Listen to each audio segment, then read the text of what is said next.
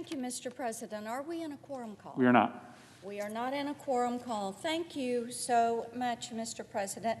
Today, the Help Committee considered the nomination of Xavier Becerra, our former House colleague, to head the Department of Health and Human Services. And tomorrow, the Finance Committee will take their turn at examining his record. And it's hard to think of a nominee more notorious for actively seeking out ways to undermine religious freedom and our religious liberty.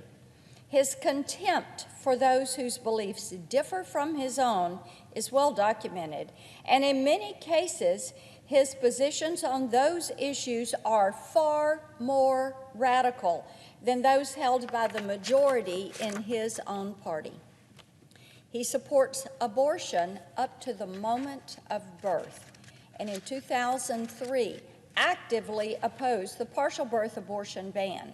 He co-sponsored legislation that would have forced religious employers to provide insurance that covers the morning after pill, in spite of their mainstream and sincerely held religious beliefs. Bear in mind, I said, the legislation would have forced, not an option, forced religious employers to provide insurance that covered the morning after pill.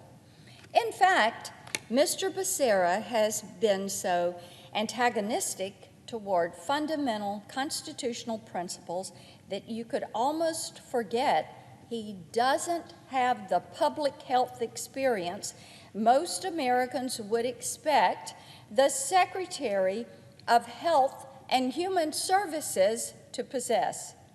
In fact, he has no meaningful experience in healthcare at all. Zero, none. Not in public health or large-scale logistical operations or in any other area that might be helpful as we navigate our way out of a global pandemic. That is right. He has no healthcare experience. This lack of experience, combined with his desire to destroy those who disagree with him, places him among the most unqualified and dangerous nominees ever to come before the Senate for consideration, and I urge my colleagues to join me in opposing his confirmation. I wish that we could write off this nomination as an anomaly, but we can't. It's part of a pattern of behavior on the left that has destabilized our already fragile political discourse and convinced the American people that the Biden administration will prioritize their radical liberal agenda above the rights of the people they were elected to serve. I have to tell you, I hear about this every single day as I am talking with Tennesseans. Mr. President, since the earliest days of the Republic, our union has managed to survive because of the people's willingness to return to our founding principles, those first principles upon which we stand. However much that they disagreed, they knew that they were stronger united than they were divided. So they would come together in the public square. They would have robust, respectful debate. They would agree to disagree. But they respected the fact that they lived in a free country, and they could do this without fear of persecution, without fear of being ostracized, without fear of losing a job. Today, Americans are looking for that same commitment to unity. Oh, they heard about it during the inaugural address. Unity. We're going to work for unity. But what has happened is a chord of panic and fear has been struck in their hearts as they see executive order after executive order, as they see executive orders that are preferencing other countries and not the USA. And as they hear from the left words that are, we're not looking for unity, what we're looking for is you to submit to our agenda, conform to our way of doing things. What they're doing is leaving no room for discussion, even on issues of international importance. For decades, the various schools of thought represented in this chamber have advocated for different approaches to foreign relations. Some revere international bodies and sweeping multilateral agreements. Others approach these constructs with caution, prioritizing national sovereignty over surface-level diplomacy.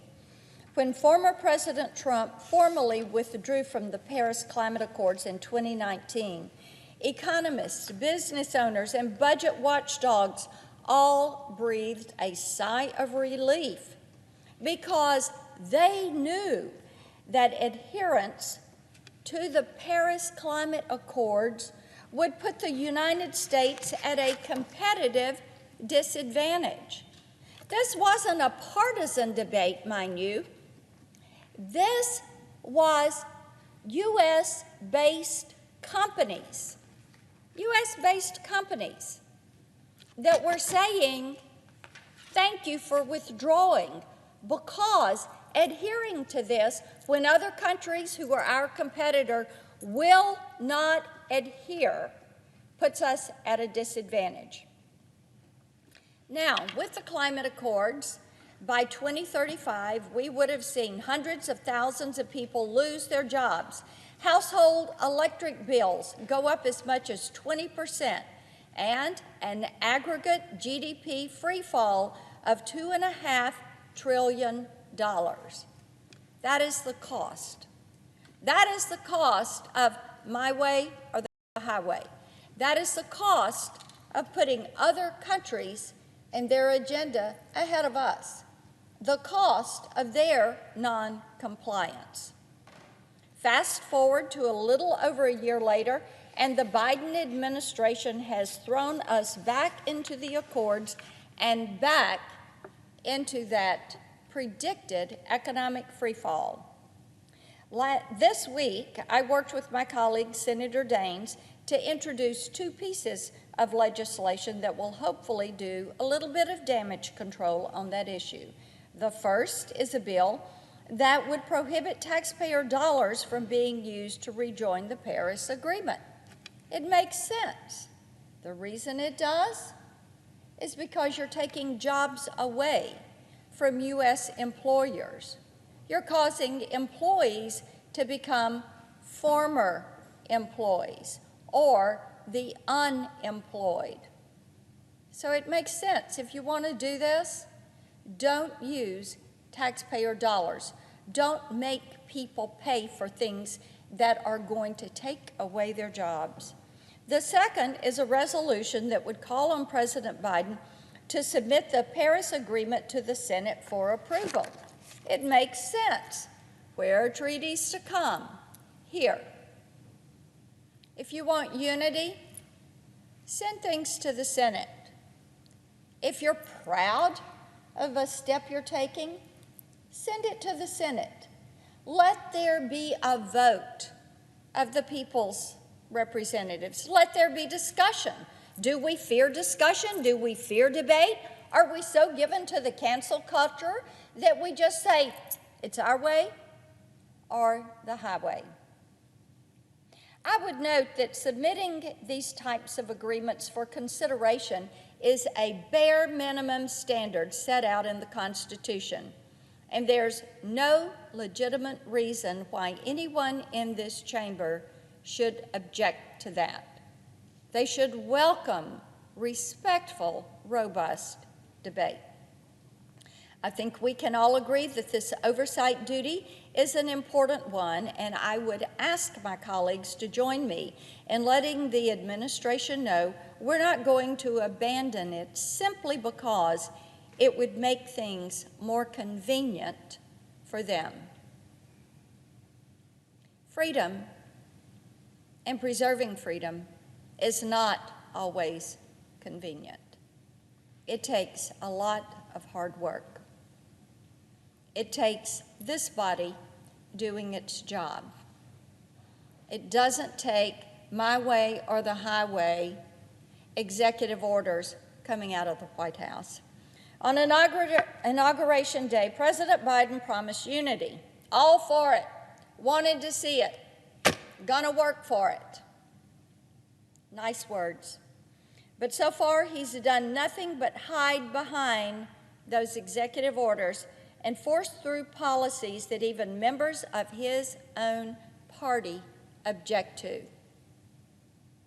And in Tennessee, I talked to many who have, for most of their life, been Democrats, and they are stunned. Indeed, they are very concerned about this authoritarian approach to running the country. Sign an executive order and be done with it. Hearing that the Speaker of the House has a few people that can vote proxy for people. Seeing all this fencing around the Capitol, it causes Tennesseans to say, what in the world is going on up there?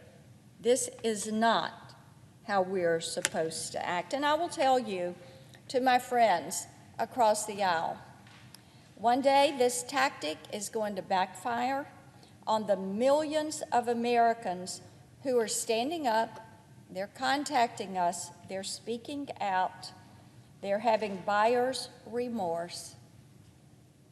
It will be something that will backfire because this is not the way we should be running our country. I yield the floor. Madam President, or Mr. President. Senator from Iowa. I come to the floor to reintroduce a bill that didn't get passed last Congress, a bill that deals with safety in our schools, and a bill aimed at the disasters that come when school children are killed by shooters, and to deal with this problem through a program that the Secret Service has had for decades, and asking the Secret Service to see what they can do to apply the principles of that program to stop mass killings at our schools. 3 years ago, on February the 14th, 2018, an unspeakable tragedy occurred at Marjorie Stoneman Douglas High School in Parkland, Florida. In less than 4 minutes, 14 students and 3 staff members were killed, and consequently their families and friends' lives were shattered forever by such a senseless act. Today, along with my colleagues, Senators Rubio and Scott of Florida, Senators Cortez Masto, Collins, Manchin, and Hansen, I'm proud to reintroduce legislation that will proactively mitigate threats of violence on school campuses by reauthorizing and expanding the U.S. Secret Service's program called the National Threat Assessment Center. The National Threat Assessment Center studies targeted violence and develops best practices and trains to identify and manage threats before they result in violence like we saw at that school 3 years ago. The bill establishes a Safe School Initiative, a national program on school violence prevention that will include expanded research on school violence. Most importantly, this legislation allows the Secret Service to directly equip communities and schools with training and best practices on recognizing and preventing school violence.